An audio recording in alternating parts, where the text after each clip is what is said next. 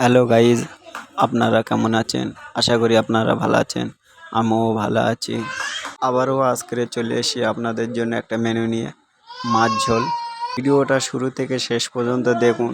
যদি ভিডিওটা ভালো লেগে থাকে তাহলে একটা লাইক করবেন, শেয়ার করবেন, কমেন্ট করবেন এবং আমাদের চ্যানেলটা সাবস্ক্রাইবার করবেন। আপনারা যদি লাইক, শেয়ার, কমেন্ট করেন, আগামী দিন আরও আমরা ভালো ভালো ভিডিও নিয়ে আসবো। আমাদের মাছটা কুটে নেওয়া হচ্ছে এবং কোটা কমপ্লিট হয়ে গেছে।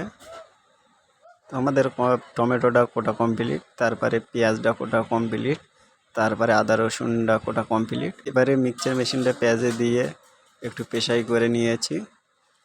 তারপরে টমেটোটা মিক্সচার মেশিনে দিয়ে পেশাই করে নেওয়া হয়েছে। তারপরে আদা রসুনটা মিক্সচার মেশিনে দিয়ে পেশাই করে নেওয়া হয়েছে। তারপরে মাছটা সুন্দর করে ভেজে নেওয়া হচ্ছে এবং আমার মাছ ভাজা হয়ে গেছে। এবারে কড়াতে তেল দিয়ে একটু গরম করে নেওয়া হয়েছে। তারপরে তেজপাতার এলাচ দেওয়া হয়েছে। তারপরে কড়াই পেঁয়াজ দেওয়া হয়েছে। তারপরে একটু আদা রসুন দেওয়া হবে। এবারে একটু লাল করে নেওয়া হবে। তারপরে গুঁড়ো লঙ্কা দেওয়া হচ্ছে। গুঁড়ো লঙ্কা দিয়ে একটু নেড়ে নেওয়া হয়েছে। তারপরে মিট মশলা দেওয়া হয়েছে, একটু নেড়ে নেওয়া হয়েছে। তারপরে পেশাই করা টমেটোটা দিয়ে দেওয়া হয়েছে, একটু নেড়ে নেওয়া হয়েছে। তারপরে হলদি দেওয়া হয়েছে, হলদি দিয়ে একটু নেড়ে নিয়েছি। তারপরে একটু নুন দেওয়া হয়েছে, নুন দিয়ে একটু হালকা করে নেড়ে নেওয়া হয়েছে।